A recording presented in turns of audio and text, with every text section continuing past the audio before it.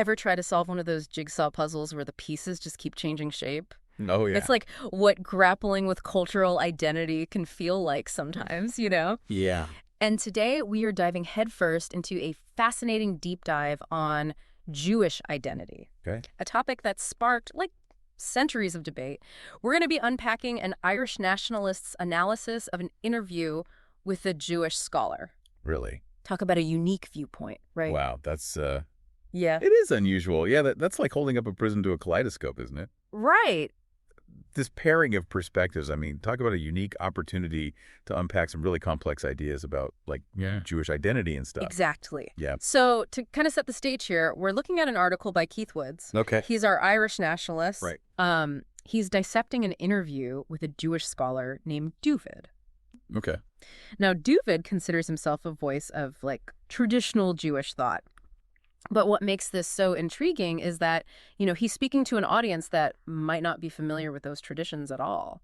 And that's, I mean, I guess that's kind of where, like, those shifting puzzle pieces can come into play, you know what I mean? Because right off the bat, you run into this question of, like, who is a Jew? Yeah.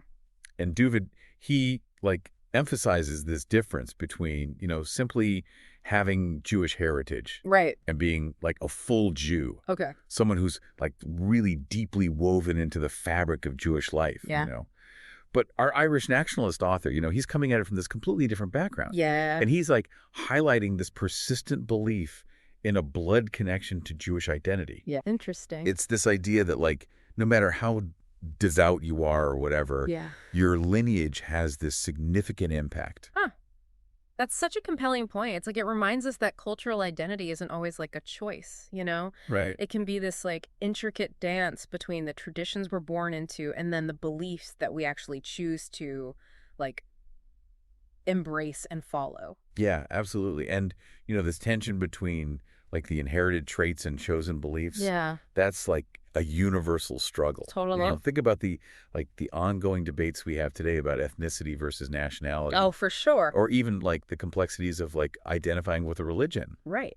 Without being actively religious, It makes you realize how much these questions really resonate across like all these different cultures and stuff. Absolutely. And it gets even like wilder from here, right? Yeah. Because Duvid dives into this whole concept called Gilguli HaNeshamat. Oh, wow. Basically, it's reincarnation Okay. and cyclic history. He even talks about multiple messiahs. It's a far cry from how, a lot of us understand things. Yeah, it really challenges, that linear view of time and spiritual leadership. Okay. Imagine, like, history repeating itself. You got souls being reborn. Wow. The possibility of, like, not just one Messiah, but multiple Messiahs. Yeah. I mean, it really makes you rethink those, like, classic narratives. Right.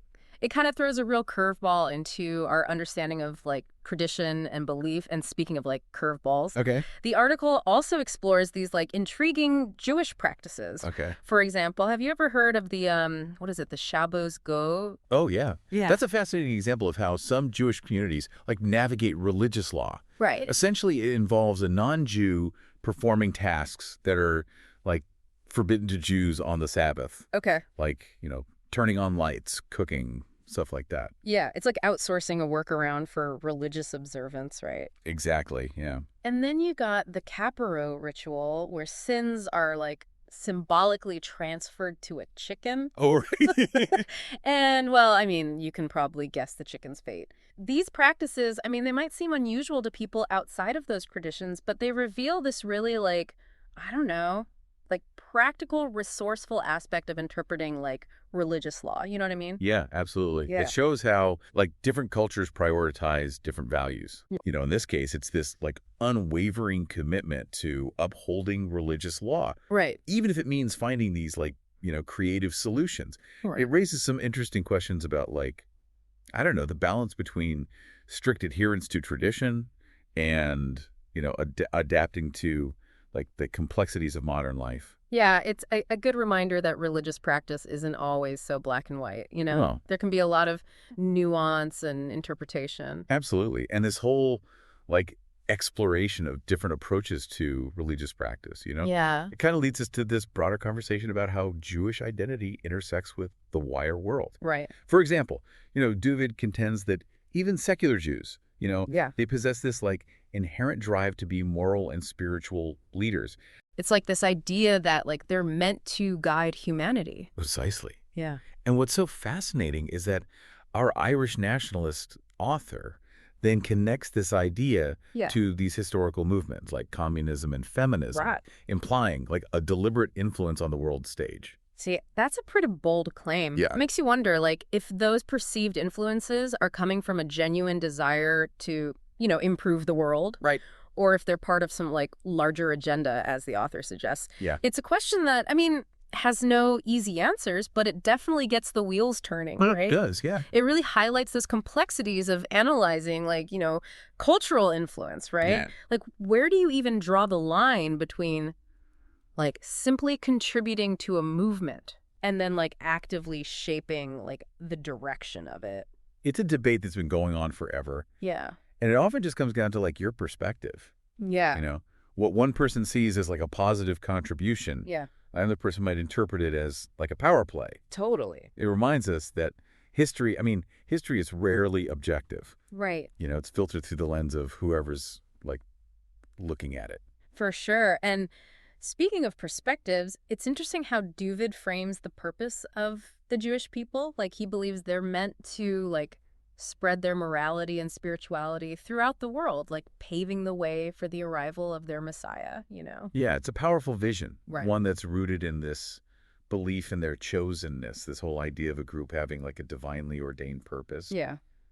That's not unique to Judaism, but it carries these like profound implications for how they, interact with the world. Right. Right. It makes you wonder, like if you believe you have this specific role to play on the world stage, how does that shape, your actions and your perception of other cultures? It's a fascinating concept. Yeah. And here's where our Irish nationalist author, he throws another, like, curveball, right? Yes.